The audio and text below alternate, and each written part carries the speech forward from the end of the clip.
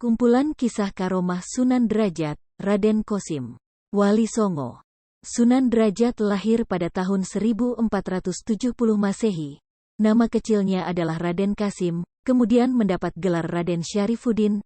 Dia adalah putra dari Sunan Ampel, dan bersaudara dengan Sunan Bonang. Ketika dewasa, Sunan Derajat mendirikan pesantren Dalem Duwur di Desa Derajat, Paciran, Kabupaten Lamongan. Sunan Derajat yang mempunyai nama kecil Syarifuddin atau Raden Kosim putra Sunan Ampel dan terkenal dengan kecerdasannya. Setelah menguasai pelajaran Islam, ia menyebarkan agama Islam di Desa Derajat sebagai tanah perdikan di Kecamatan Paciran. Tempat ini diberikan oleh Kerajaan Demak. Ia diberi gelar Sunan Mayang Madu oleh Raden Patah pada tahun Saka 1442 per 1520 Masehi. Berikut ini adalah beberapa kisah mengenai karomah yang telah dimiliki oleh Sunan Derajat.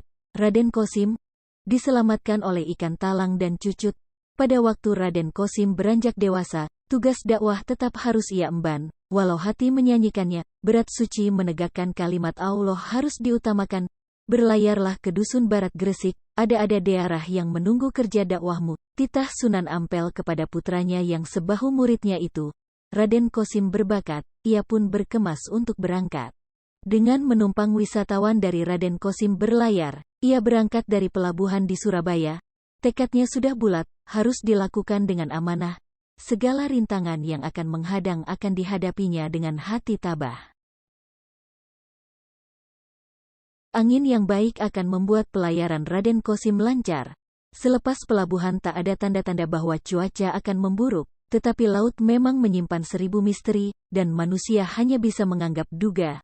Saat berada di tengah-tengah rimba lautan, tiba-tiba muncul badai yang sangat dahsyat. Biduk itu terombang-ambing, dipermainkan ombak tanpa ada daya sedikit pun. Terang saja biduk itu menjadi seperti korek api dalam aliran sungai, diseret badai di tengah laut yang jauh dari daratan.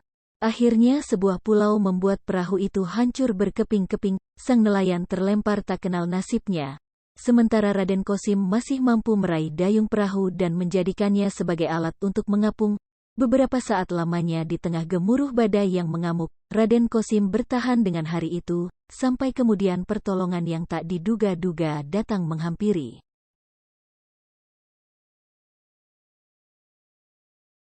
Seekor ikan talang tiba-tiba muncul dan berenang. Raden Kosim, putra Sunan Ampel yang mulai didera kepanikan ini segera menemukan bahwa ikan yang dikirim Allah SWT untuk menolongnya. Ikan itu membentangkan punggungnya untuk dinaiki Raden Kosim. Pria berhati lembut itu dengan senang hati menaikinya.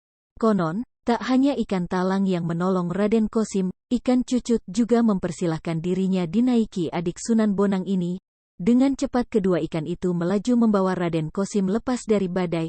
Tak terkadang lama Raden Kosim bisa selamat sampai di pantai nelayan yang kemudian dikenal sebagai Kampung Jelak, Banjarwati.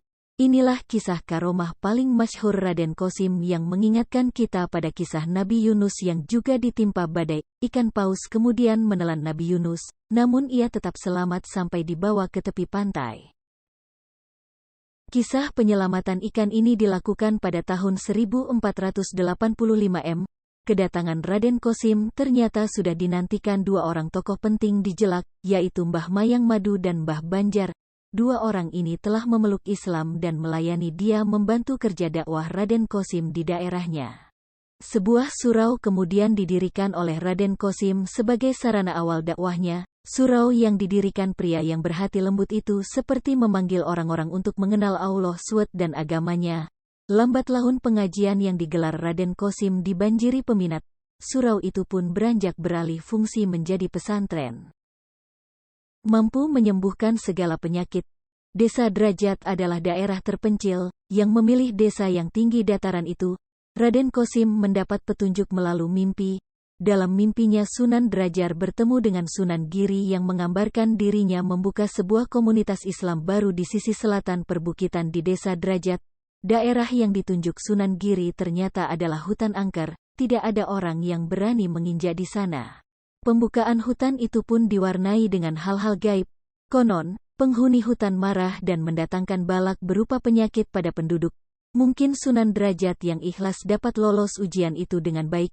hutan angker itu diubah menjadi pusat penyebaran Islam di Tendai dengan berdirinya sebuah masjid, permukiman baru pun dibangun. Karomah Sunan Derajat sebagai wali yang dikaruniai kesaktian dan ilmu penyembuhan memang terkenal sampai ke seantero negeri.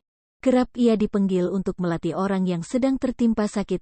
Kelembutan stres dan pengetahuannya terhadap ramuan-ramuan dari akar dan daun-daunan membuat semua penyakit bisa disembuhkan. Tak lupa ia selalu berpesan untuk si pasien agar selalu berdoa dan tidak meninggalkan salat.